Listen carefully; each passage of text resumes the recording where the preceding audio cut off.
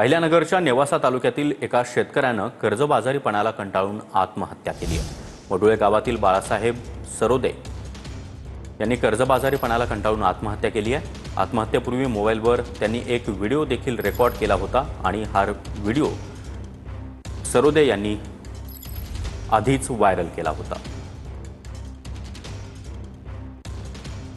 तर आत्महत्येपूर्वी video post करत या शेतकऱ्यानं नेमकं काय म्हटलंय पाहूया। नेवासा तालुक्यातील अल्पभूधारक शेतकऱ्यानं कर्जबाजारीपणाला कंटाळून आत्महत्या केली आहे। बाबासाहेब सरोदे असं आत्महत्या केलेल्या शेतकऱ्याचं नाव आहे। आत्महत्येपूर्वी सरोदे यांनी एक व्हिडिओ देखील रेकॉर्ड केला होता। आज ना उद्या कर्जमाफी होईल ही आशा होती असं आत्महत्या केलेला शेतकरी या व्हिडिओत म्हणत आहे।